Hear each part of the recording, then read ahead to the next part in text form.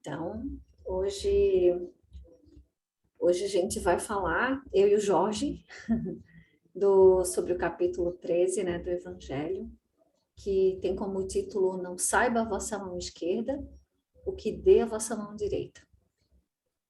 E esse capítulo quem ia dar era a Tati Tessarolo, mas ela teve um... Era um número estranho.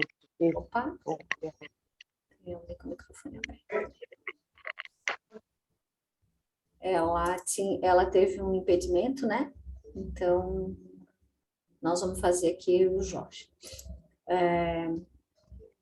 Jorge, eu vou... Tá, cadê tua imagem? Tá ali. E, então, a gente veio conversando desde domingo, né? Sobre o que a gente diria, o que a gente falaria aqui sobre esse capítulo, porque ele é o capítulo que fala da caridade, né? Então, a caridade em todas as suas formas, ela é encontrada aqui, nesse capítulo 13. E tem uma passagem que a gente resolveu colocar logo de início, que ela não é do Evangelho segundo o Espiritismo, né? Mas ela é do Evangelho Gnóstico de Tomé. Essa interpretação é do Sebastião Anselmo e ela é muito interessante porque ela traz uma percepção muito bonita, muito abrangente, né? Do que é ser caridoso. E depois a gente entra no Evangelho em si, e daí eu vou ler aqui e a gente vai conversando como sempre, né? Porque quanto mais a gente participa, todo mundo participa, a aula fica mais interessante. Pode ser assim, Jorge? Pode, claro, com certeza. Tá. Então vamos lá. Então ele diz assim, Jesus, né, nos ensina aqui que... só um minutinho, gente, que tem uma...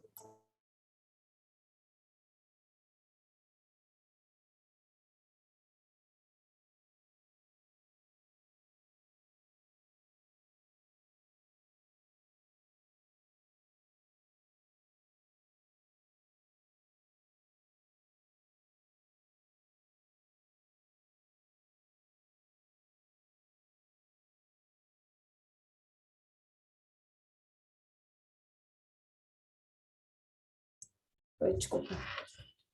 Então, Jesus nos ensina aqui que quando formos recebidos de bom grado por outra casa, quando ele fala em outra casa, ele quer dizer, porque ele diz assim, que nós somos uma centelha divina e habitamos uma casa, que é esse corpo, né? Então, quando ele diz assim, recebidos de bom grado por outra casa, ou seja, por outra criatura, isto é, quando estivermos em contato aberto e fraterno com outra casa ou forma exterior da centelha, aparentemente distinta de nós, e aí ele, né, aparentemente distinta de nós, eu achei muito interessante, porque realmente a distinção é só na aparência, né? Devemos vê-la com os olhos do Espírito, aceitando de bom grado tudo o que dela vier, ou seja, tudo o que do outro vier, seja na forma de pensamentos, sentimentos, emoções, palavras ou ações, sem julgamentos, críticas ou condenações, pois sua condição externa, ou seja, essa aparência que cada um de nós tem, qualquer que seja, é apenas transitória e passageira, pois também ela está sendo conduzida interna e externamente ao reino do vivo, que nele habita. O reino do vivo é o reino de Deus, né? Ele fala que Jesus, o vivo, e é Jesus o vivo não porque ele ressuscitou, mas o vivo significa que ele é a luz, ele é o caminho, né? Então, em todo esse evangelho de Tomé, ele coloca, né, como o reino do vivo. E é muito lindo. Eu depois até vou passar ali no grupo, são só 108 páginas, está em PDF para quem realmente se interessar. Então, nesse primeiro texto, né, esse primeiro slide, ele traz muita informação, porque se a gente compreender essa informação que ele traz aqui, a gente já compreendeu muita coisa, né? Ou seja, tem gente chegando aqui. Ou seja, né, ele diz que a sua condição externa é transitória e passageira. Então, se a gente começar a olhar para o outro com caridade, com bondade, com indulgência, com tudo isso que a gente fala, e perceber que naquela outra criatura também existe um ser em busca da sua centelha, né? Ou seja, em busca do seu self, do seu si mesmo. E que por mais que ele se manifeste de uma maneira que a gente não goste, através dos sentimentos, dos pensamentos e das emoções, a gente, enquanto centelha, enquanto a busca dessa centelha, aí ele vai dizer no slide seguinte, né? Só para...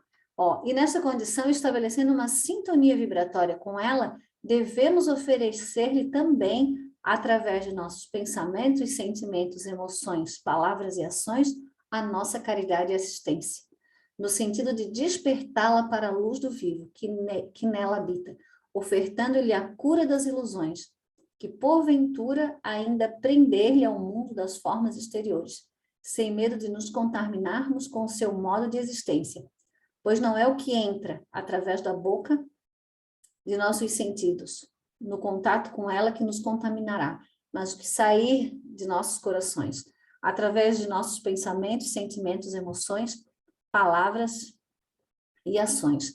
Isto sim, se forem impuros, nos tornará impuros. Eu não sei, para mim ficou assim, fica muito claro, né, esse movimento ali, o que ele quer dizer. E aí eu gostaria que vocês se manifestassem, porque é um texto novo, né, não tem nada ali de muito diferente do que a gente já conhece, mas eu acho que a gente podia fazer um bate-papo breve aqui, né, sobre esses 2 primeiros slides. Jorge? Oi, Cris. Estamos aqui. Vamos esperar o pessoal aí. Vamos lá. Vamos conversar, gente. Gente, os gnósticos, eles tinham como vivo também, por causa da questão de viver desperto. Para os gnósticos, estar afastado do conhecimento que todos nós trazemos, que é a luz do vivo, né? Era a morte.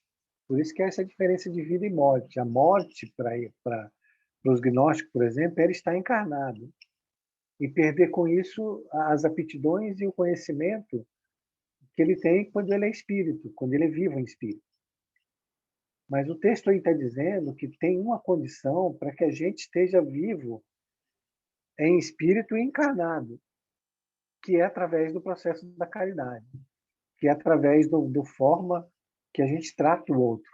Né? Por isso que ele diz que você não pode criticar, censurar, condenar, e sim você trabalhar de coração para coração, de self para self, da luz para luz, e não de máscara para sombra, de sombra para máscara, de sombra para sombra, e buscando afinidade pelos lados negativos.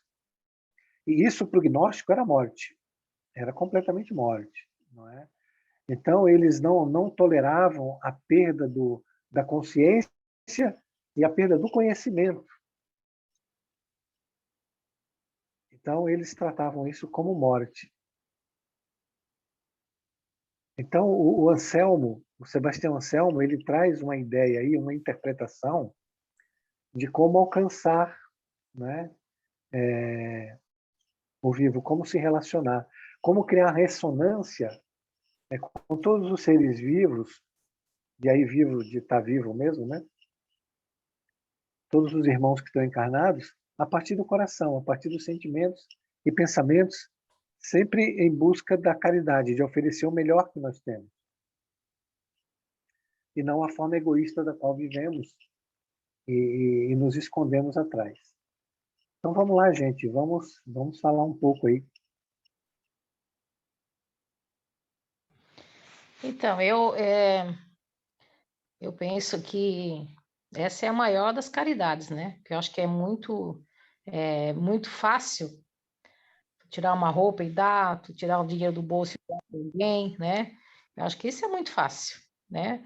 Mais complexo e mais, digamos assim, completo, né? Digamos, a caridade mais completa é essa que tu cansa em falar, né, Jorge? Que é essa questão do não julgar, né? De considerar todos à nossa volta, independente de quem seja, considerar um irmão vindo do mesmo lugar, que tem a mesma centelha divina que nós temos, que tem as mesmas dificuldades que nós temos, às vezes mais, às vezes menos, né? Sempre lembrar que a gente não sabe nada da outra pessoa, a gente não conhece nem a nós mesmos, né?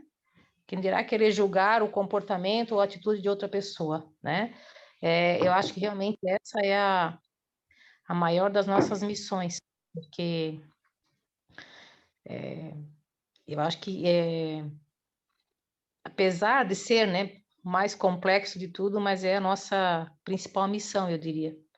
Só assim que a gente poderá evoluir, eu penso, sabe? Principalmente, como a gente falou na semana passada, quando se trata de um inimigo, entre aspas, né? A gente falou bastante sobre isso.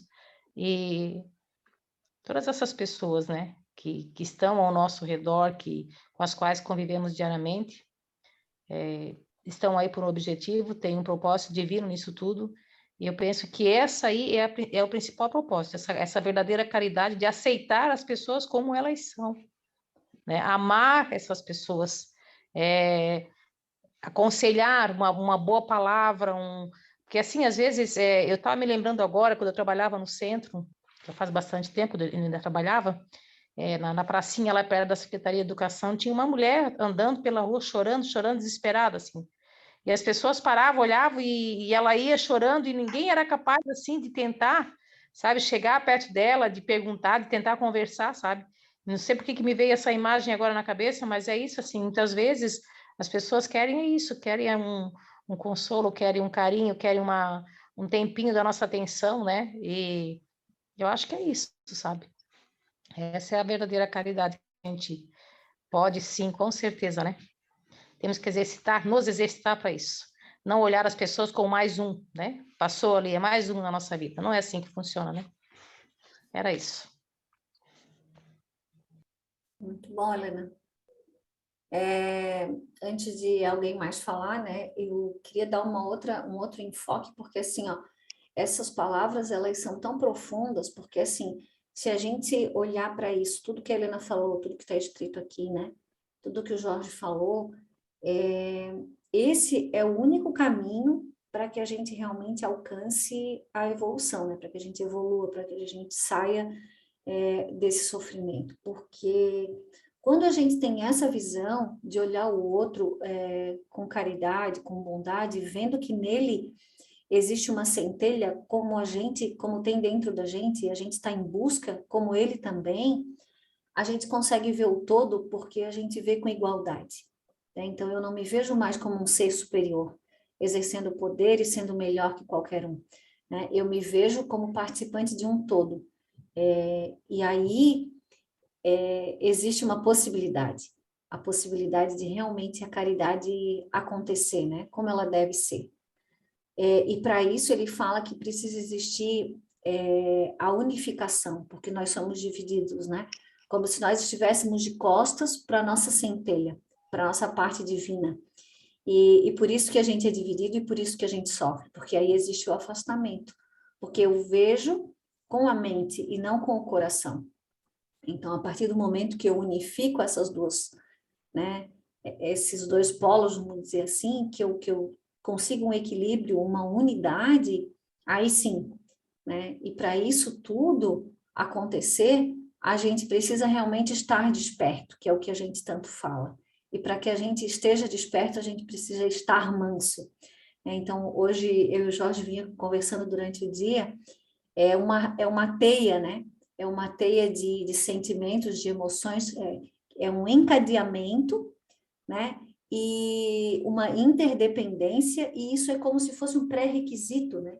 Sabe, na faculdade, quando a gente, eu não posso ir para as quinta fase sem passar pela quarta e pela terceira. Então, eu não consigo chegar num movimento assim, de caridade, esse tipo de coisa que ele propõe aqui, se eu não estiver compreendendo o que é a mansidão, né? O que é o estar desperto, entende? Então, a gente vem trabalhando tópicos e o evangelho é muito bonito nessa relação, porque ele vem trazendo aos poucos, né? Ó, na semana passada foi amar os vossos inimigos. Então, como é que eu vou conseguir entender o que é a caridade se eu não entendi o que é amar o inimigo, né? Então, ele vai trazendo as informações para que realmente a gente consiga chegar nessa visão do todo. É isso. Mais alguém, gente? Vamos lá?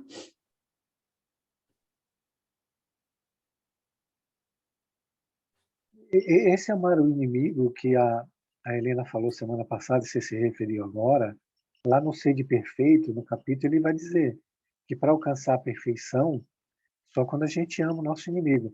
Porque é um processo de unificação, como você colocou aí, que está todo mundo interconectado, mas está todo mundo virado de costa, como ele falou ali, ó, ofertando-lhe a cura das ilusões. Então, está todo mundo vivendo uma mente mecânica, uma nuvem, como foi feito na aula de quinta-feira. Agora todo mundo já sabe que está todo mundo prisioneiro de uma nuvem, dentro de uma mente mecânica que não enxerga a verdade.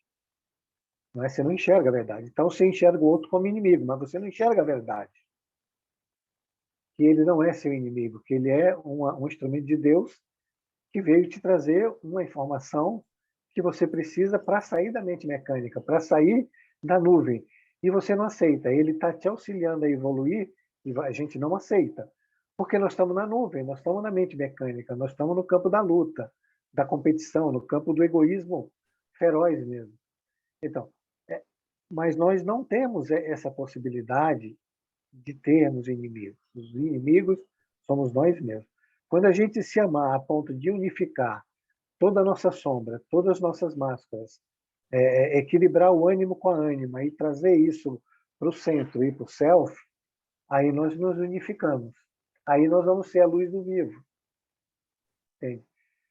É importante entender, gente, essa parte, porque assim, senão você não entende o que é a caridade. Por exemplo, fazer caridade sem ostentação, você não vai entender. Por que tem que se planificar em Deus e não no próximo, em busca de recompensa? Tem uma historinha que eu conto há bastante tempo, né? Que eu li uma vez e nunca mais esqueci. Eu li faz mais de 10 anos essa história. Acho que a Cris, que está há bastante tempo estudando com a gente, já não sei se ela vai lembrar. Tinha um cara chamado Emanuel e ele viveu na depressão americana, né? Em 1935, quando teve quebra nos Estados Unidos, mas ele tinha posses, ele era rico, ele mancava de uma perna. E ele morreu, não é? E depois de um certo tempo, quando ele estava pronto, ele foi conversar com alguns mentores, ele teve uma reunião. E os mentores perguntavam para ele, né, como é que ele estava se sentindo e como é que tinha sido a experiência dele na Terra. E aí ele começou a falar das coisas que ele fez. Ele falou, olha, eu dei muito dinheiro, né? Dava dinheiro para a igreja, dava dinheiro para outras pessoas e aí dei emprego. E daqui a pouco ele começou a gaguejar e começou a chorar. E aí o anjo da guarda dele intercedeu, já que ele se emocionou bastante, né? E falou, olha, realmente ele deu emprego, ele foi um homem justo, e etc, etc, etc. Aí os mentores falaram, né? Aí disse para ele, Emanuel, o que nós queremos é que você se perdoe, não é? E que você se ame tanto quanto a gente te ama. E para fazer você lembrar, não é? Nós vamos te dar uma recordação. Aí colocaram na tela mental dele uma recordação de que um dia ele estava indo para o trabalho todo apressado, com a pasta, e parou no ponto de ônibus. E estava naquela época terrível da depressão. E tinha uma mulher chorando, que nem a história da Helena, né? Tinha uma mulher chorando no meio-fio. E ele, no automatismo, né? Não era uma coisa habitual que ele fazia, ele sentou. E ouviu aquela mulher por 2 minutos. E nisso o ônibus chegou. E ele pegou o ônibus e foi embora. A vida toda do Emanuel, desse Emanuel, foi a única caridade que ele conseguiu fazer. 2 minutos para enxugar e consolar uma pessoa que estava desesperada. Então, para a gente ver que como é difícil o processo de caridade, não é? E ele precisa realmente ser entendido em profundidade, porque senão a gente, como nós estamos dentro de uma nuvem, a gente vai achar que tudo aquilo que a gente faz é caridade. E não é. Então, é fundamental entender esse processo. Né? Não tem outro caminho que vai tirar a gente da nuvem da mente mecânica. E não tem outro caminho que vai nos tornar receptivos e com a ressonância com Deus, que não seja caridade. E ele diz ali, né? A luz viva. Se a luz do vivo não curar todas e não nos fizer bom, não vai ter um processo de evolução. Vamos lá, gente. Chegou a vez de vocês aí. Vamos falar. Gostaram da história? Ô Jorge, só para complementar, né? Esse movimento, eu não conhecia essa historinha, não, apesar de a gente já estar estudando há tanto tempo, mas eu não me lembro de ter escutado. Quando ele faz esses 2 minutos ali, que ele senta e ouve, o porquê que é caridade? A gente precisa também pensar sobre isso, né? É porque naquele momento ele deixa de pensar nele, ele se doa, né? Então eu deixo de ser egoísta, eu dou atenção ao outro, porque muitas vezes quando a gente está num momento desses que a gente faz, ou dá uma comida, ou sei lá, inúmeras coisas que cada um pode fazer, né? A gente está sempre no ego, né? Sempre pensando, ai, como eu sou boa, ai, como eu sou, né? Olha que legal que eu estou fazendo, como o outro está ficando contente, olha. Então é diferente, né? Nesse momento eu acho, né? Agora eu acho que o momento da caridade verdadeira é um momento onde tu esquece de ti, eu esqueço de mim completamente e me dou ao outro, desinteressadamente, né? Por isso que é tão difícil fazer caridade. Na verdade, tem uma explicação depois, né? Que foi o único ato de fraternidade é quando você vê o outro com o irmão, né? Foi o único ato fraterno, verdadeiro, que ele viu, que nem você falou aí, o outro como um irmão. E ele foi solidário com a dor do outro. Por isso que foi a única caridade que ele fez na vida toda. Sim. Muito Ah, eu bom. queria colocar, sabe, que eu não sei vocês, assim, mas eu já notei isso em mim. Agora, que bom que eu comecei a observar, né? Mas, por exemplo, chegasse qualquer pessoa para contar alguma coisa sobre a vida dela, eu tinha uma grande dificuldade de ouvir essa pessoa. Eu tinha que falar também. Eu tinha que falar sobre mim também, sabe? Não, eu tenho. Hoje eu me policio mais assim e presto atenção mais nessa minha situação, né? Mas a gente tem a dificuldade de simplesmente ouvir, sabe? De sentar e deixar a pessoa falar, ouvir, sem ficar interpelando, sem ficar dando a sua opinião, sem ficar. É incrível, assim, eu, né? Não sei vocês, mas. E quando não, ainda contando fatos semelhantes, comigo também aconteceu isso, sabe? É difícil a gente conseguir deixar a pessoa falar, né? E às vezes ela está tão necessitada de falar e não de ouvir, né? E a gente fica tentando falar, quando muitas vezes ainda critica, né? Nossa. Eu estou aqui coçando a minha língua, sou obrigada a contar para vocês. Eu estava pensando, falo, não falo, porque eu até me envergonho, vou ser sincera para vocês. Eu nem contei antes para a Cris. No domingo, meus netos dormiram aqui de sábado para domingo, e domingo de manhã, aqui perto da nossa casa, que tem uma pracinha bem grande, tem um parquinho, daí fui lá com os dois brincar, porque eles adoram aquele lugar, né? E, de repente, chegou uma outra criança para brincar junto com eles, tal, não sei que idade que tinha, outro Arthur também, igual ao meu, começaram a brincar. De repente chegou o pai dessa criança com um bebezinho no colo. Gente, mas pensa assim, numa pessoa, tadinho, nunca vi uma pessoa tão feia na minha vida. Olha que triste, né? Mas eu sou obrigada. A pessoa não tinha dente, os poucos dentes que tinha ainda, sabe, todos podres, umas unhas enormes, sabe?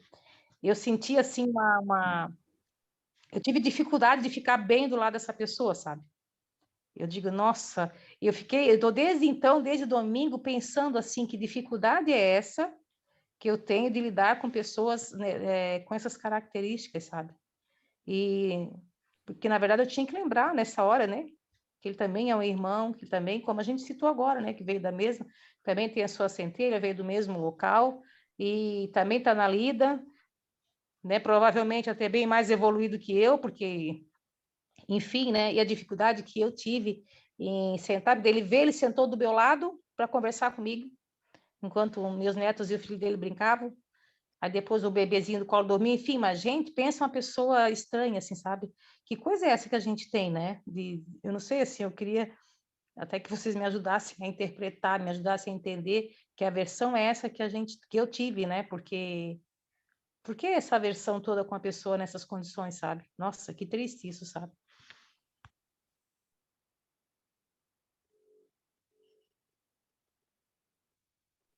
Quer falar, Jorge? Não, pode falar. É, Então, é, a primeira coisa que me vem à mente, assim, é que a gente te ouve falar há tanto tempo, né, Helena, que tu tens uma percepção sempre muito forte, assim, com a aparência, né? Então, isso eu acho que talvez mexa contigo, mas não dá para se culpar também, né? Então, eu procura dentro de ti, mas acho que ninguém tem a resposta, assim, né, o que que é, né? Porque é que a gente tem ali um monte de caixinha que a gente quer encaixar todo mundo.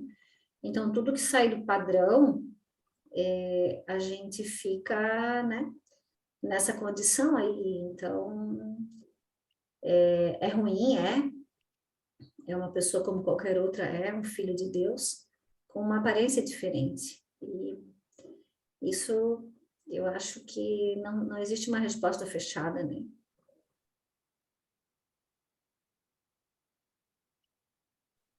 Mas isso eu me acho que faz me sentir mal, apesar de eu ser assim, porque isso eu sei que faz parte de mim nesse momento, né? Mas me senti mal, sabe? De sentir. Eu fiquei ruim por sentir o que eu senti, entende? Mas é isso. Não mas tem nem eu esse, sem. né, esse não é o começo da mudança, Helena? Que aqui, se você Também. sentir desconforto com isso, é o começo da mudança, né? Então, de repente ele não se encaixa no perfil que você colocou da forma, né? Bonito e etc, etc. Como ele não se encaixa, você não se sente bem, né? Tem uma coisa que deve chamar bastante atenção para a gente, que a gente não, não tem noção, né? É que a gente nunca sabe quem é o espírito que está ali. Você está vendo uma forma física, mas você não sabe. Tem uma outra história, eu estou cheio de história do Chico, né? Que tinha lá em Uberlândia, que tinha um mendigo de rua, né? E diz que esse mendigo era que nem o cara que se descreveu aí, banguelo, sujo, morava na rua, né? Não falava direito, cuspia quando falava. Isso são relatos, né? E toda vez que tinha sessão, às vezes ele aparecia, né? E já chegava na porta e ele falava, Chico, aí o Chico levantava, ia lá e abraçava ele, fedido, fedido, fedido, e ninguém se conformava, né? Ninguém se conformava. E aí um dia ele morreu, né? E aí o Chico contou, né, que era um espírito que tinha tanto mérito que foi Jesus que veio buscar ele no desencarne. Então, são situações que a gente não sabe, mas a nossa mente ainda não funciona além da forma. Nem a sua, Helena, nem de nenhum de nós que está aqui. A nossa mente ainda funciona dentro da forma, né? Do que é bonito, dos padrões de alienação que a sociedade impõe para a gente. Não nos padrões espirituais, né? E morais. Então, se você quiser, tem várias histórias disso aí. Tem uma outra de Divaldo, que a história é longa, eu só vou encurtar, de uma mulher que morava num casebre, também lá em Uberlândia, né?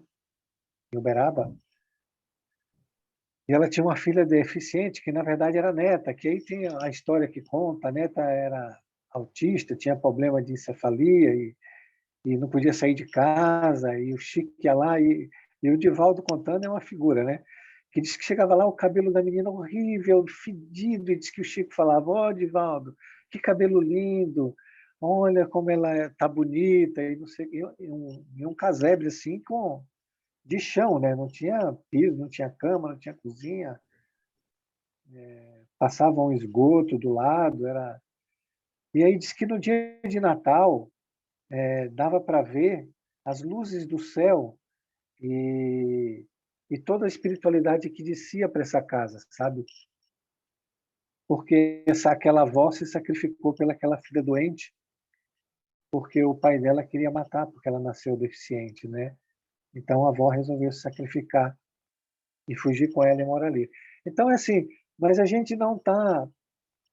Nós estamos num processo e a gente, infelizmente, não olha a forma, não olha o espírito, não olha a centelha, não olha as ações da pessoa. A primeira coisa que encanta a gente é o físico, é a beleza, é o poder, é o dinheiro, é o carro que a pessoa tem, é a roupa que ele veste. E é isso que funciona para a gente. Infelizmente, mas é verdade, né? E não o espírito, né? Que a gente não consegue nem ver. A gente não consegue nem um contato com o nosso, nosso real, né?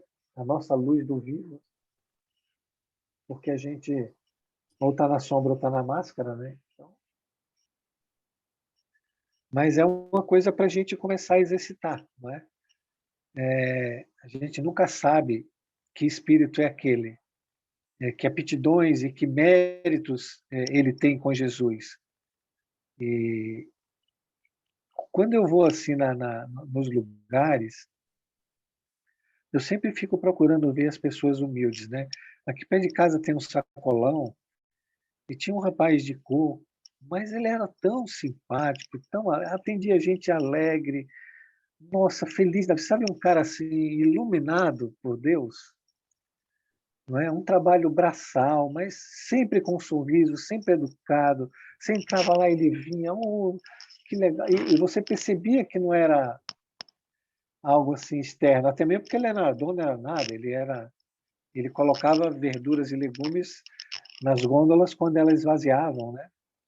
Então, tem muita pessoa iluminada por aí que passa desapercebido, porque nós estamos sempre procurando a forma e não a essência, infelizmente.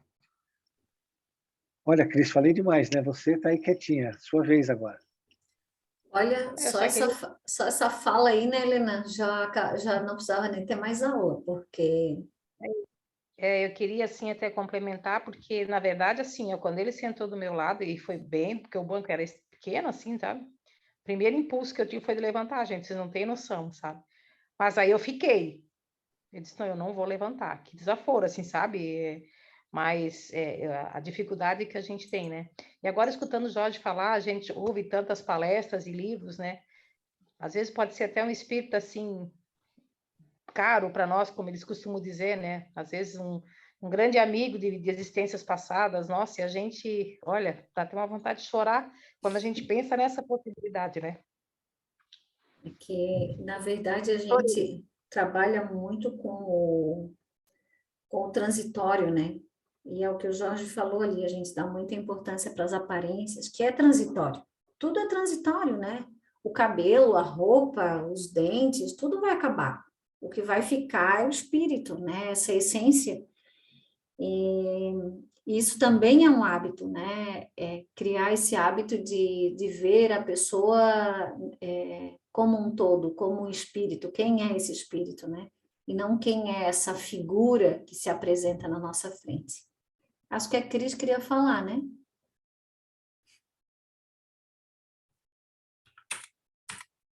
Não? Não era a Cris Tessarol? Eu? Oi? Eu? Parece que eu ouvi a tua vozinha no fundo. Na verdade, peraí, deixa eu desconectar esse fone, que esse fone é muito ruim. Só um minutinho, por favor.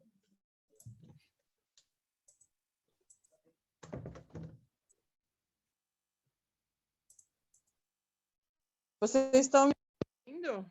Tô, sim. Na verdade, a Cris foi intuída. Eu queria falar, mas eu não queria falar. Eu ouvi tua voz, Ela juro. sentiu... Não, sentisse meu coração, acho. assim, mediante ao que a Helena está falando, eu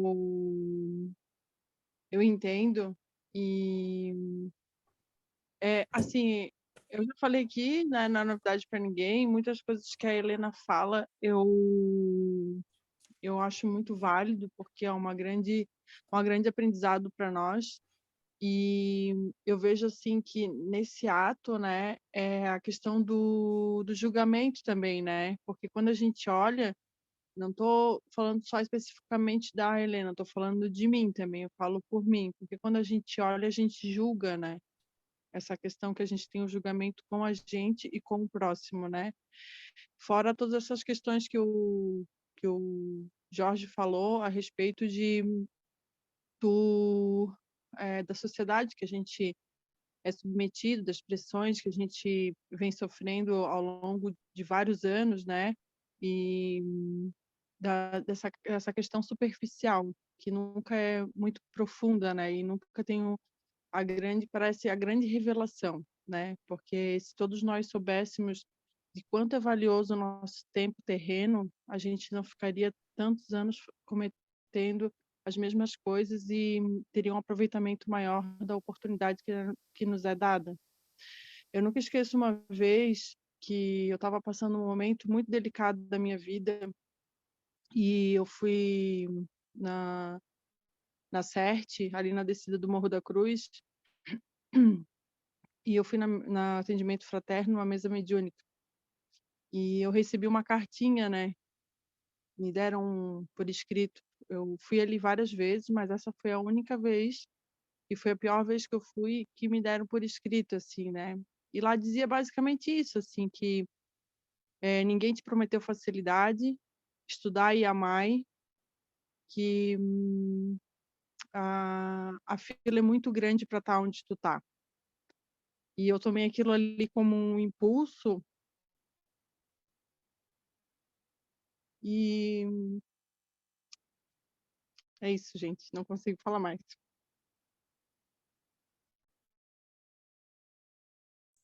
Tá bom, Cris. Depois, quando tu recuperar o fôlego aí, daí tu termina. Pode ser? Mas é sempre muito bom ouvir as experiências, né? Porque são essas experiências que cada um conta e que acontece com todo mundo, que engrandece a gente, esse conhecimento, né? E saber que a gente está no caminho e não dá. E eu acho muito bacana quando a Helena se coloca, porque ela se coloca sem reservas, e isso para nós também é um exercício, porque é um exercício de igualdade. Ela se coloca, muitas vezes a gente quer se colocar, mas a vaidade, né, esse ego não nos permite. E todos nós cometemos esses erros também, né? Temos esse tipo de comportamento, porque somos seres imperfeitos ainda e julgamos o tempo inteiro. Então, eu acho que essas manifestações, assim, elas são fundamentais para que realmente a gente cresça junto, né? Mais alguém? Podemos ir para frente?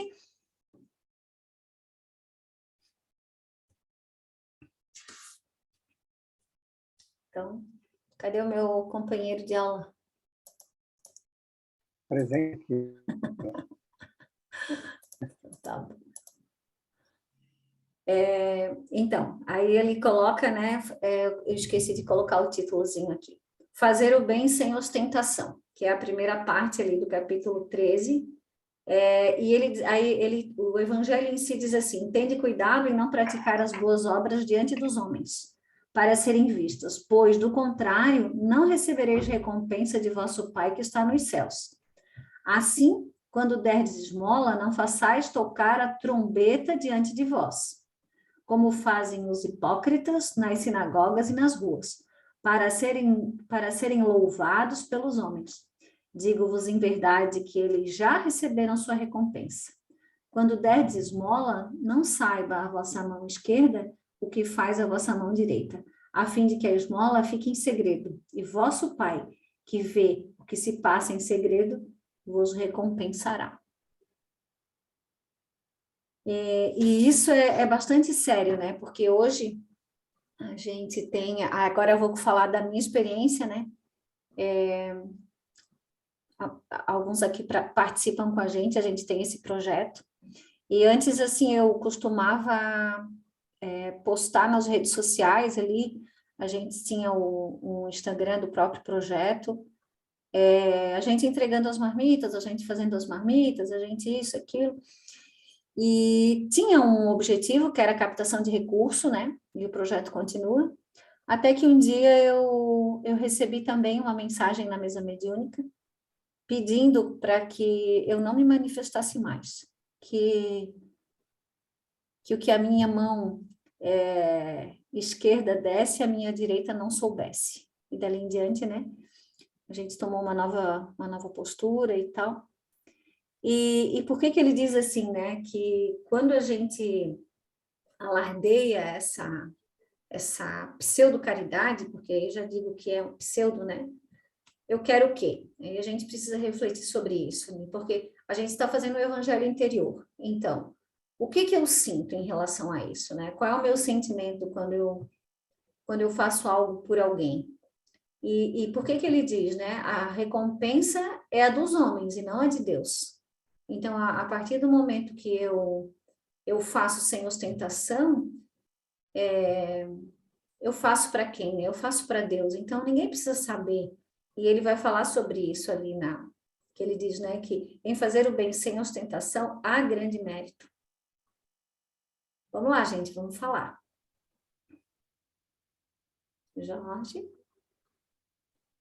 Jorge congelou ou tá paradinho? Ah, estava tão paradinho que parecia que estava congelado.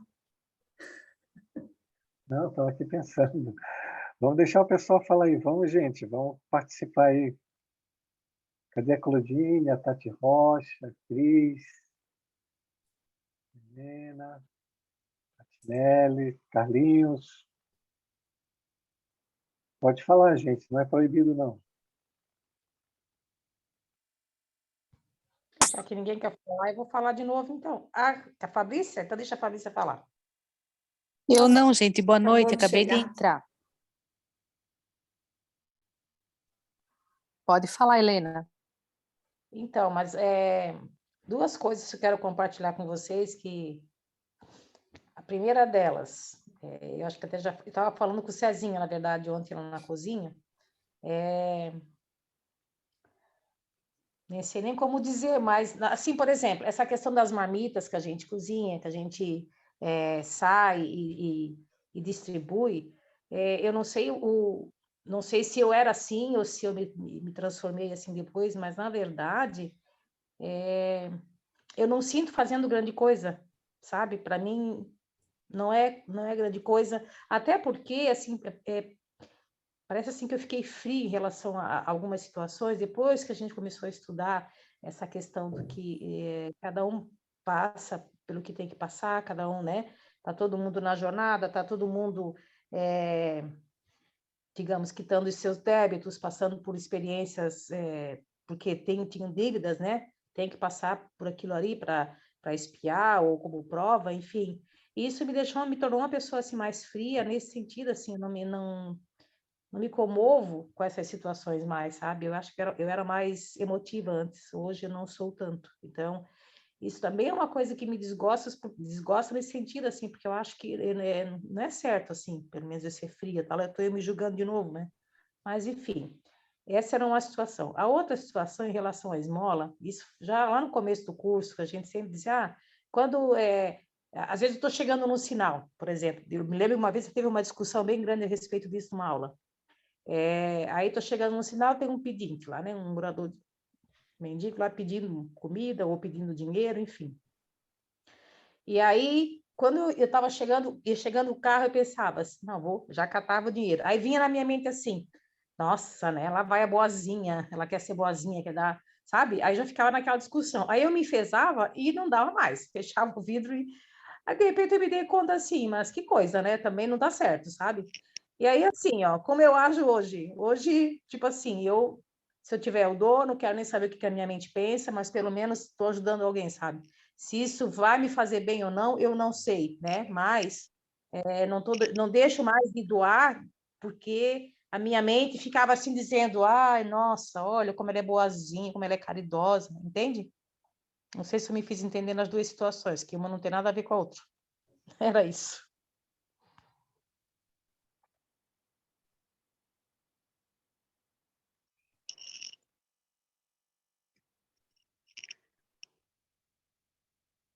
Quer falar, já? Helena, assim, ó, bom, tem um monte de coisa aí que dá para se falar, né, Helena? Mas como vamos fugir um pouco do tema, a questão da tua mente falar, por exemplo, né? Essa é uma questão que todo mundo tem, né? A tua mente, ela tem um processo que é o eco da tua própria mente, não é? Então, você vai sempre ter uma polaridade na tua mente, uma que vai dizer para você fazer, outra para você não fazer, que é o eco da mesma situação, entende? Se você for fazer o que tua mente manda, sem discernir, sem questionar, sem analisar, sem ter a sua percepção focada em você mesmo e estar consciente daquele pensamento, você vai errar muitas vezes, né? Tem outra questão, que é a questão do coração endurecido, que esse texto ele fala bastante do coração endurecido. Então, quando a Cris posta lá, se alguém quiser ler, não é? Que Fenelon, na Lei de Amor, quando a Tati Rocha deu, também fala bastante que nós somos corações endurecidos pela vivência ainda dos mundos que nós já passamos, pelas experiências que vivemos no passado, que foram todas egoístas, né? E esse egoísmo, essa saturação de egoísmo fez a gente ficar com o coração endurecido. Então, a gente não tem muito pouco de nós que tem realmente uma verdadeira alegria da caridade. Não é? Mas ela existe. Um ato de caridade, ele causa uma profunda alegria íntima e um sentimento que ele é muito maravilhoso. Ele é muito fantástico. Então, por isso que o Evangelho, a Joana fala assim, que primeiro dá-se o pão, depois o coração. Quem tem mais dificuldade de dar o coração, é bom começar a dar o pão. Não é? Fazer esses trabalhos, porque aí vai amolecendo um pouco o coração. Nesse capítulo, ele fala sobre a piedade. O que falta é um pouco de piedade. Piedade é quando você sente a dor do outro. Se você não sentir a dor do outro, também não é caridade. E é interessante que quando a gente estuda o professor Baldi, ele diz assim, né? Que a gente só pode sentir a dor do outro quando a gente já passou por aquele problema. Então, quando hoje você, ou qualquer um aqui, sente uma alegria imensa de servir um mendigo, é porque em outra vida passou por essa dificuldade. Senão não tem como sentir. Como tem outros sentimentos, né? Aquele que vê uma criança apanhando e fica fora de si é porque em outras vidas ele apanhou bastante. Aquele que vê uma mãe sendo castigada, né? Tudo. Quando você sente que seu coração se abalou com aquilo e que você dá vontade de você fazer alguma coisa desesperadamente, é porque você já passou. E aí nasce a piedade. E da piedade nascem os primeiros impulsos de caridade. Se você deixar ele se expandir. Que a questão é, quando você tem um impulso de piedade e você chega lá e não faz, se contrai em egoísmo de novo, aí não há uma expansão. Então você vê um mendigo de rua e teu coração clama que você vá lá e socorra ele. Mas você fala, não vou fazer. Então você se fechou de novo. Então o coração que é endurecido continua endurecido, ele não se expandiu. Então, quando em algum momento, Helena, você vai ter uma vontade imensa de socorrer alguém. Nesse momento, não deixe de socorrer. E pode ser não necessariamente um mendigo, pode ser qualquer outra situação. Porque aí vai começar o processo de amolecimento do coração E aí dá-se início o processo de caridade, de ressonância com a caridade. Sua vez, Cris. A Fabrícia quer falar? Pode falar, Fabrícia. Oi, hoje para o pessoal, boa noite. A caridade geralmente ela é uma ação, ela é manifesta numa ação, ou ela pode ser um sentimento sem ação? Essa é uma pergunta. A outra questão é uma colocação assim. Eu gosto muito de ajudar, gosto mesmo de me envolver e poder fazer mais, cada vez mais, assim. Só que eu não tinha isso dentro de mim. E eu lembro de uma passagem da, da Bíblia que diz assim, que tudo pertence a Deus, tudo é de Deus. Nós somos como se fosse administradores, mordomos, usufruindo de tudo isso.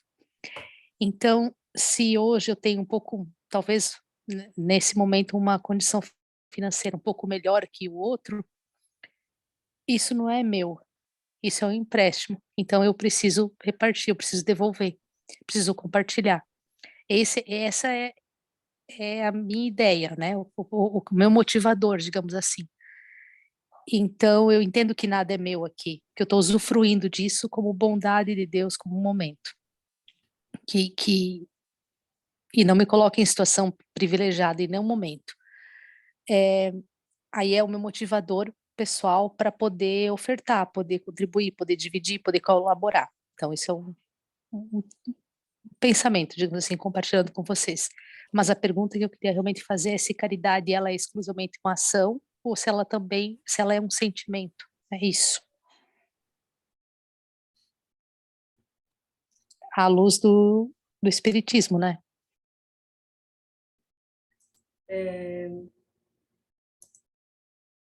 Eu vou te falar o que eu penso, né? Primeiro precisa ver, é ação, é o quê? Uma ação material? Não necessariamente, né? Uma oração que tu fazes por alguém é um ato caridoso, né? De bondade, vamos dizer assim. Porque eu acho que tu não tinhas entrado ainda na aula, a caridade verdadeira, pode-se dizer que ela não é praticada, né? Nesse planeta, porque a gente vai falar para frente no Alô da Viúva, a caridade verdadeira é aquela que tu dá do necessário, né? Desinteressadamente, de maneira altruísta, né? E nós somos muito egóicos, então o que a gente faz, na maioria das vezes aqui, é benemerência, né? Então, mas a ação, precisa ver o entendimento de ação, né? Não necessariamente uma ação material. Mas ser caridoso, a gente vai estudar no capítulo, esses slides iniciais ali, é compreender o outro, é ver o outro com bondade, com igualdade, isso é caridade também, né? Então, necessariamente, não precisa ser uma ação material. Eu não sei se a pergunta ficou respondida, ou Jorge pode dar alguma outra percepção. Não, você respondeu bem, é isso aí mesmo. Inclusive, nós vamos estudar caridade material e caridade moral com a irmã Rosália. Está nesse capítulo também, que é muito fantástico. A irmã Rosália, ela dá uma explicação da diferença das duas e diz qual é a principal. Sim. E nesse capítulo também vai se falar bastante sobre isso, né? Da caridade material e da caridade moral, como se deve fazer as duas, né? Sim. Mas o principal, entendeu, que é Cristo é do necessário e é desinteressadamente. Se você tem... Lembra da história do Emmanuel que eu contei? Ele sentou no meio-fio e ele nem sabia que estava ali, não é? E foi o único ato de caridade que ele fez. Totalmente desinteressado. Não conhecia a mulher e não sabia nem por que parou. Então, a gente tem uma ideia, a nossa ideia sempre é de recompensa. E aqui nesse slide ele diz, né, que a gente deveria esperar a aprovação de Deus, mas a gente não está querendo a aprovação de Deus. A gente está querendo os aplausos do mundo. Essa é a grande verdade. Você faz caridade para falar para todo mundo. Olha, eu faço caridade, eu faço isso, eu faço aquilo, né? E às vezes faz até selfie, né? Para mostrar. Então, Nada disso é caridade. Você está fortalecendo a imagem, né, a máscara, e se afastando do self, que é os primeiros slides lá que a Cris colocou da luz do vivo. Não é? Enquanto a gente deveria pegar o self e se planificar em Deus, que é o que ele diz ali, ó. Faça o trabalho através do self, através do amor, através da bondade, através dos interesses, através do necessário, que aí você se planifica em Deus, não é? Lembrar, gente, que a caridade emana de Deus, não é? São Vicente de Paula, nesse capítulo, vai falar disso também. Como ele vai falar das questões mediúnicas, que não seriam nem necessárias se a gente não fosse coração endurecido. Então, a caridade emana de Deus, tudo emana de Deus. O que nós precisamos é ser um receptáculo que dê ressonância com Deus. E para isso nós precisamos tomar alguns cuidados, que por isso que estamos estudando isso aqui agora. Como é que eu faço para receber de Deus a emanação da caridade e eu manifestar essa caridade a partir de mim? Entendem a diferença? Eu me coloco apto a receber de Deus, Deus se manifesta através de mim e eu me manifesto para o próximo. Essa é a verdadeira caridade. Agora, nós só podemos criar ressonância com Deus pelo amor, pela bondade, pela luz do vivo, né? Pelo self. Agora, você vai fazer caridade querendo aplauso, querendo recompensa, querendo... eu vou fazer porque eu tenho umas horas vagas. Não tem muita gente que fala assim? Eu vou fazer trabalho solidário quando eu tiver folga. Hoje eu não posso, então não vou. Amanhã tem um dentista, também não posso ir. Depois eu tenho aquele problema, não posso fazer. Então, é contigo, Cris. Então, e isso mostra o quê, né? Essa ostentação é que a gente está sempre buscando fora, né? Então, a gente está sempre buscando essa nuvem, essa ilusão, esse preenchimento desse vazio. Então, a gente, inclusive, nesses momentos em que a gente acha que está fazendo caridade, a gente está buscando as coisas fora da gente. E deveria ser o contrário, né? Porque quando ele diz que sem ostentação é isso, é eu comigo, né? É com Deus, sem mais nada. Então, para ver como tudo que a gente faz é um movimento egóico, sempre externo, né? E nunca interno. Então, a gente está sempre procurando essa iluminação no lado errado, vamos dizer assim, né? Mas a gente chega lá. E aí a gente continua. Não saber a mão esquerda o que dá a mão direita é uma imagem que caracteriza admiravelmente a beneficência modesta. Mas se há a modéstia real, também há a falsa modéstia, o simulacro da modéstia.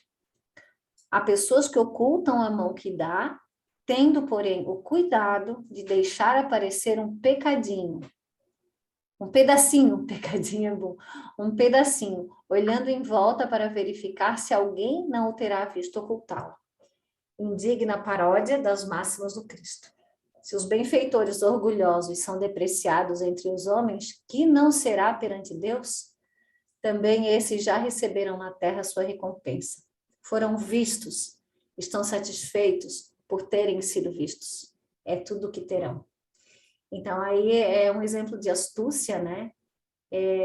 Dessa mente desorientada, desse ego desequilibrado que a gente tem. Então, quantas vezes a gente usa de astúcia e somos seres astutos, né? Inclusive nesse quesito da beneficência. Ele nem fala ali em caridade, fala em beneficência, né? E a modéstia, né? E o simulacro da modéstia, ou seja, a pseudo-modéstia. Então, isso tudo a gente precisa olhar realmente para dentro de nós, porque como é um sentimento, muitas vezes a gente está tão adormecido, tão no automático, que a gente não sabe o que sente. Vamos dizer assim que 90% do tempo a gente não sabe quais são os sentimentos que nos movem, né? O que move uma ação? Isso a gente fala o tempo inteiro. O que me move? Que sentimento é esse? E é isso que vale para Deus, porque o sentimento é o que está dentro de mim. no meu coração, e não o que está fora. Então, a gente está sempre na periferia, né? Sempre na superfície, e normalmente a gente desconhece o que se passa realmente dentro do nosso coração. Falou alguma coisa, Jorge? Não, Cris, tá bom? Vamos em frente aí, senão a gente não faz nem um pedacinho que a gente separou. E qual poderá ser a recompensa do que faz pesar os seus benefícios sobre aquele que os recebe? Olha só, gente. Que lhe impõe, de certo modo, testemunhos de reconhecimento, que lhe faz sentir a sua posição, exaltando o preço dos sacrifícios a que se vota para beneficiá-lo. O que ele quer dizer aqui, né? A necessidade que a gente tem de dizer, olha, né? Puxa, eu fiz tanto para te ajudar aqui. Mereço pelo menos um obrigado. É isso que a gente faz o tempo inteiro. Porque a gente sempre quer uma recompensa, nem que seja um olhar, alguma coisa que diga, ah, realmente tu és bem bonzinho, nossa, né? Muito obrigada. E é verdade, né, gente? Nós somos assim. E ele diz, ó, para esse nem mesmo a recompensa terrestre existe, porquanto ele se vê privado da grata satisfação de ouvir bem dizer-lhe do nome. E é esse o primeiro castigo do seu orgulho. As lágrimas que seca por vaidade, em vez de subirem ao céu, recaíram sobre o coração do aflito e o ulceraram. Do bem que praticou, nenhum proveito lhe resulta, pois que ele o deplora, e todo benefício deplorado é moeda falsa e sem valor. Forte, né? E é isso aí. Então, como a historinha que o Jorge contou lá, o cara achava que tinha feito 1000 coisas, né? E, na verdade, ele tinha feito 2 minutos durante uma existência inteira. Por conta dessas situações, né? De a gente exigir um agradecimento, de ser vaidoso, de ter que se colocar acima daquela criatura que recebe, né? E isso é a separação que a gente tem, que a gente se acha melhor que as outras pessoas, é a soberba, né? O orgulho, a vaidade e tudo que deriva, né? Desse sentimento que move a gente, né? Que é o egoísmo e o orgulho. Esse slide é muito autoexplicativo, né? Não tem nem muito o que falar. Mas alguém gostaria de falar alguma coisa?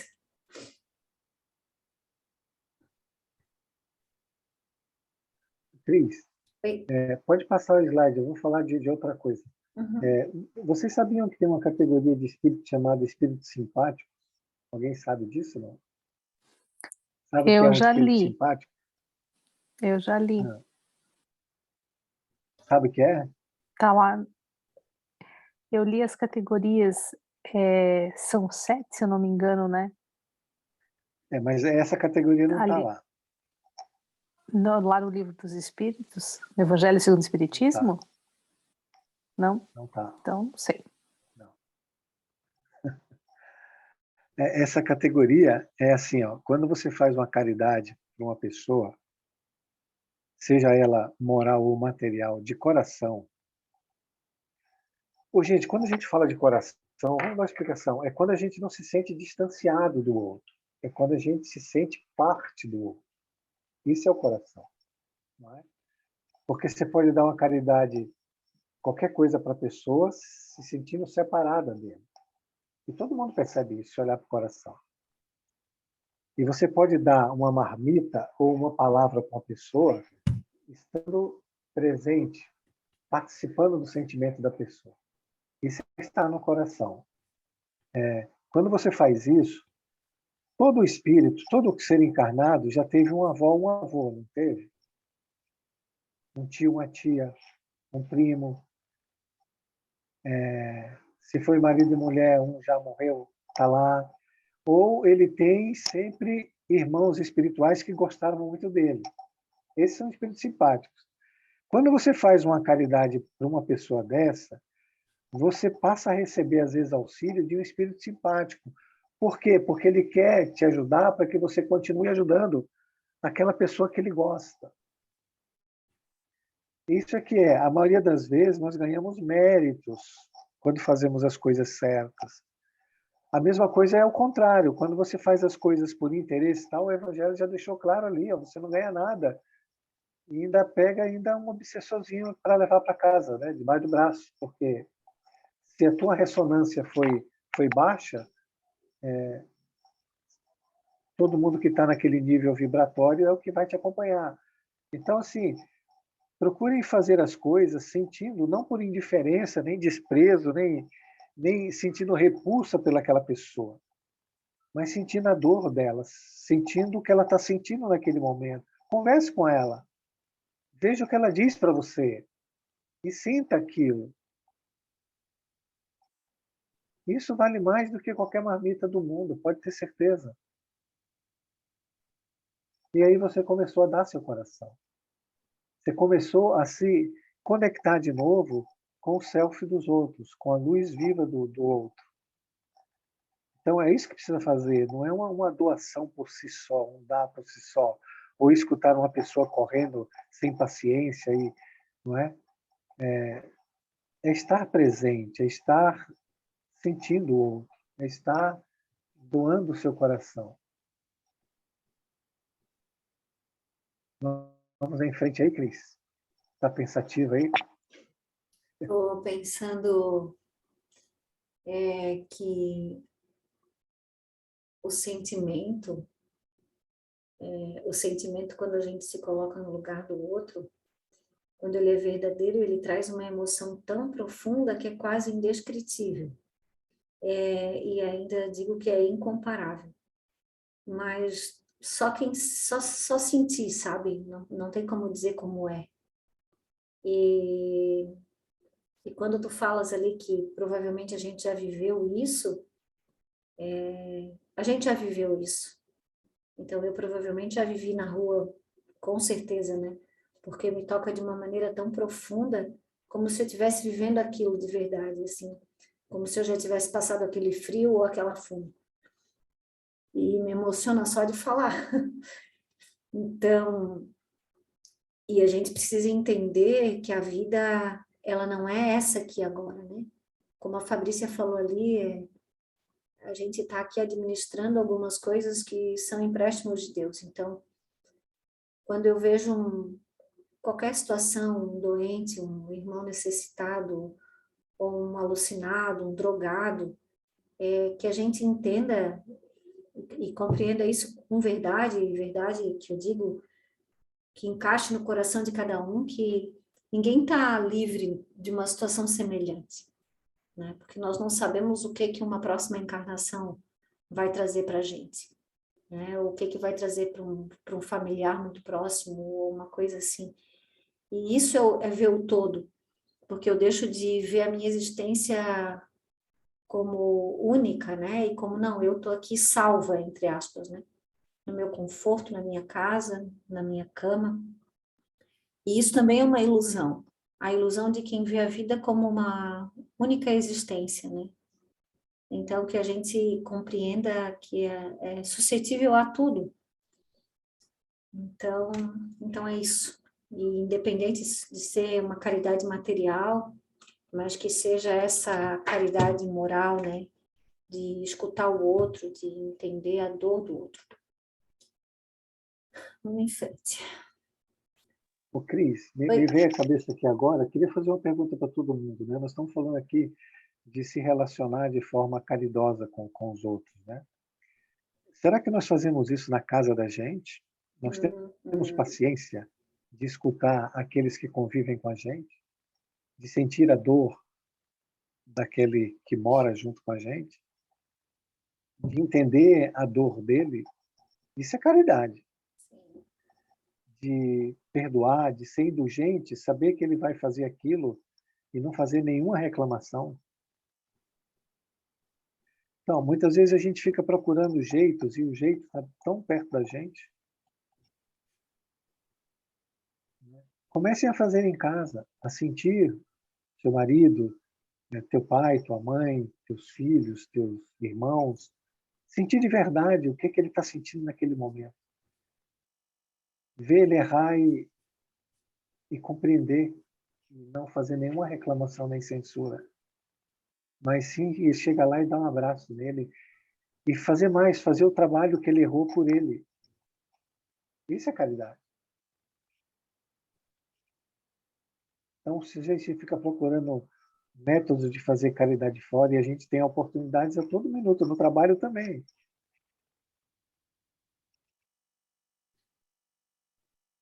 Veja que falta de oportunidade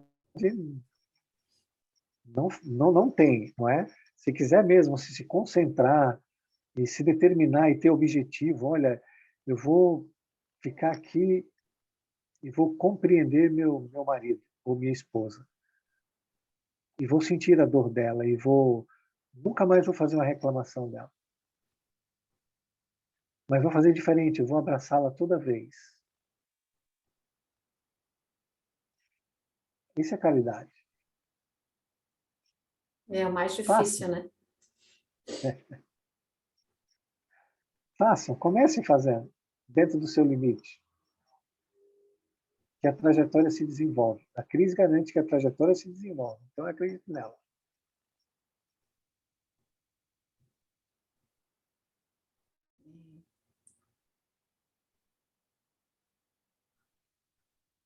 É contigo, vai continuar, vai ficar aí pensativo.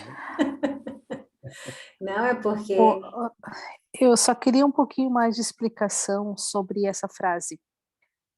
Se ela não saiba a mão esquerda o que dá a direita. É no sentido de não falar, é no sentido de não publicizar, ou é em qual sentido, assim? Porque, só para explicar o porquê dessa pergunta, porque acho que eu entendi o sentido daquela expressão de oferecer a outra face, que seria entre, a grosso modo, fazer o oposto. Aí agora eu fiquei pensando, não saiba o que a mão esquerda, o que a direita dá. Em que sentido? Qual sentido tem isso? Ele é literal? Ele é... Como é que é? Queria um pouquinho mais de explicação a respeito.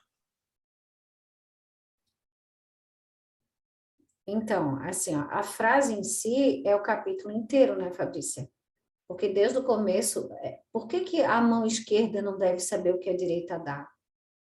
Né? Então, ele fala da ostentação no começo, né? Então, por que a gente não deve ostentar? E aí tu precisa olhar isso tudo como um todo, né? O que a gente trabalha, o evangelho interior? Está trabalhando quem? Está trabalhando o eu, né? Então, o eu é o quê? É egoísmo e orgulho. Então, se eu dou e ostento, quem é que está trabalhando? Quem é que está aparecendo, né, nisso tudo? O que eu estou reforçando? Qual é o sentimento que eu estou reforçando quando eu faço alguma coisa e conto para os outros? Entende? Então, eu tenho que trabalhar me ligando às coisas de cima, às coisas de Deus, ao que é vida, e não ao que é morte, que me prende nessa mente mecânica, nas minhas sombras, nas minhas máscaras, entende? Então, esse contexto, essa frase, ela tem uma amplitude muito grande, que o capítulo inteiro vai trabalhar sobre a caridade. Então, com certeza, não vamos acabar hoje, né? Mas semana que vem a gente termina e eu tenho certeza que tu vai compreender essa frase com realmente mais propriedade, assim, vamos dizer, vendo isso tudo como um todo e não como uma frase fechada, o que isso significa. Eu acho que a linha, então, o sentido é mais da intenção mesmo. Com que intenção tem que intenção? A intenção da ostentação, a intenção, né? Ela é mais, o sentido é mais pessoal, ele é muito mais pessoal do que outra coisa. Acho que eu estou mais ou menos compreendendo. Obrigada, Cris. Tá bom. A verdadeira caridade, ao contrário do que falou no slide anterior, né, é delicada e engenhosa no dissimular o benefício.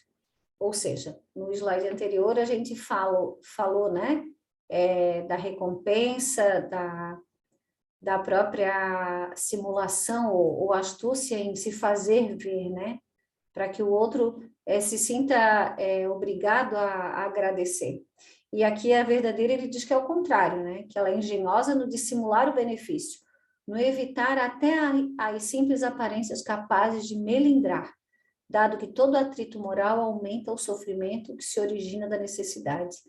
Então, a criatura que eu ofereço ajuda, independente que seja uma caridade material, moral, ela já está em sofrimento, né? Então, qual é a intenção que eu tenho em aumentar esse sofrimento?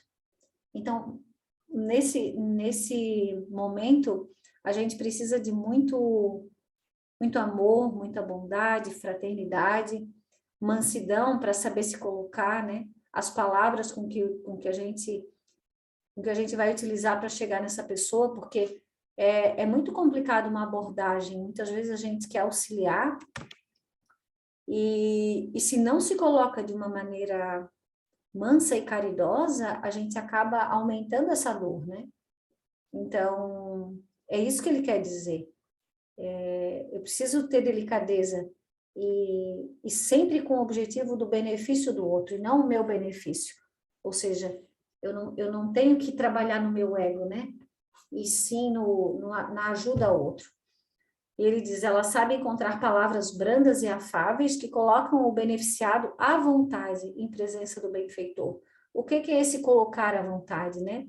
É a igualdade, ou seja, eu não me coloco superior a ninguém. Eu compreendo com o meu coração que eu sou igual àquela criatura. Me coloco no lugar dela. Ao passo que a caridade orgulhosa o esmaga. Ou seja, me coloco de uma maneira arrogante, né? Ou seja, sou melhor que você. O que eu posso fazer para te ajudar? É bem diferente. A verdadeira generosidade adquire toda a sublimidade quando o benfeitor, invertendo os papéis, acha meios de figurar como beneficiado diante daquele a quem presta serviço. Eis o que significam essas palavras. Não saiba a mão esquerda o que dá a direita. E a gente se beneficia, né? Porque quando a gente se coloca no movimento de auxílio, seja ele qual for, eu falo sempre isso nas segundas-feiras, quando a gente faz a nossa oração, quando a gente está preparando as marmitas, a gente acha que está beneficiando alguém, mas a gente está sendo muito mais beneficiado, porque quando a gente se coloca dessa maneira, né? Dessa maneira delicada, dessa maneira receptiva, eu entro num movimento de bondade, querendo auxiliar, mas eu sou auxiliada. Porque a caridade vem de Deus, como disse o Jorge, né? Então, espiritualmente, a gente é muito beneficiado. Existe o merecimento, né? A gente se sente uno com esse todo, a gente se sente protegido, se sente amparado, se sente realmente filho de Deus. Jorge? Oi. É isso aí. Vamos em frente. Acho que já está terminando, né? Não vai dar tempo de entrar no outro. Já é 5, meu Deus, que rápido. Nós só fizemos a introdução, né? Semana que vem não acaba também, né? Os infortúnios ocultos, né? Tem Mas acho que coisa para... dá para fazer mais um, né? Vamos lá, então. Quer fazer ou vamos conversar sobre aquele e deixar para entrar aqui semana que vem?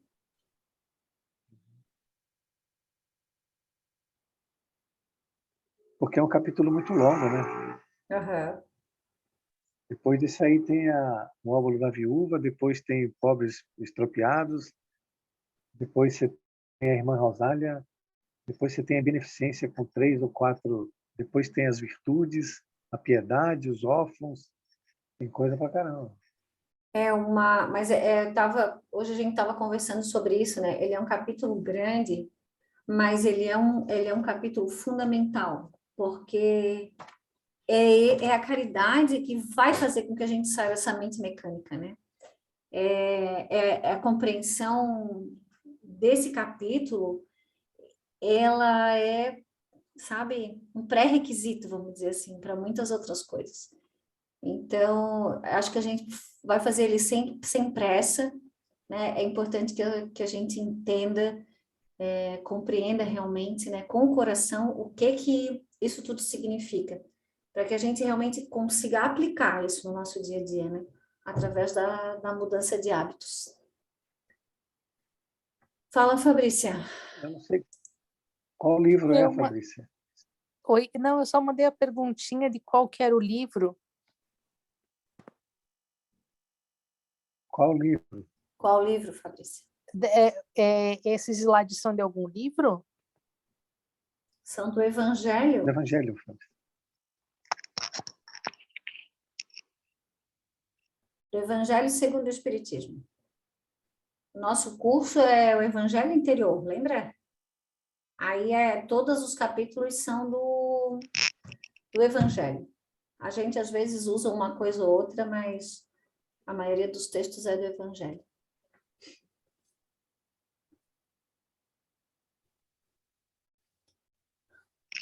É isso aí, galera.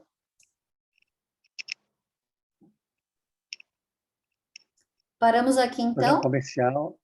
Paramos. Quinta-feira, tem o estudo de um livro da Amélia Rodrigues, de um trecho, né? O Reino Feliz.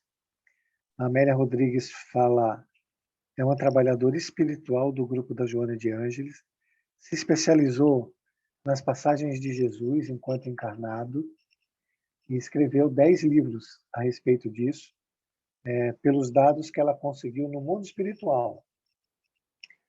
Então, a Helena vai dar uma aula dessa e a Cris, quinta-feira, vai dar, chamada O Reino Feliz. É muito lindo as passagens. É um relato da Amélia Rodrigues. Ela fala da natureza ao redor. É lindo o relato da Amélia Rodrigues, que é minha conterrânea, ela é baiana, né? Então, ela foi convidada por Joana para fazer parte da equipe da Joana de Ângelo, devido ao conhecimento do evangelho que ela tem. Então, estão todos convidados para escutar a Cris falar do Reino Feliz. E depois tem a Helena com outro capítulo aí da Amélia Rodrigues também, muito lindo também. Carregar a cruz, né, Helena? Era uma sequência daí, Jorge? Não, não é na sequência, não. Mas você vai falar sobre ele, né? Eu ia tomar Carregar a cruz também, tomar a tomar a cruz. sua cruz. Né? Uhum. Que é outro trecho fantástico da Amélia, muito lindo.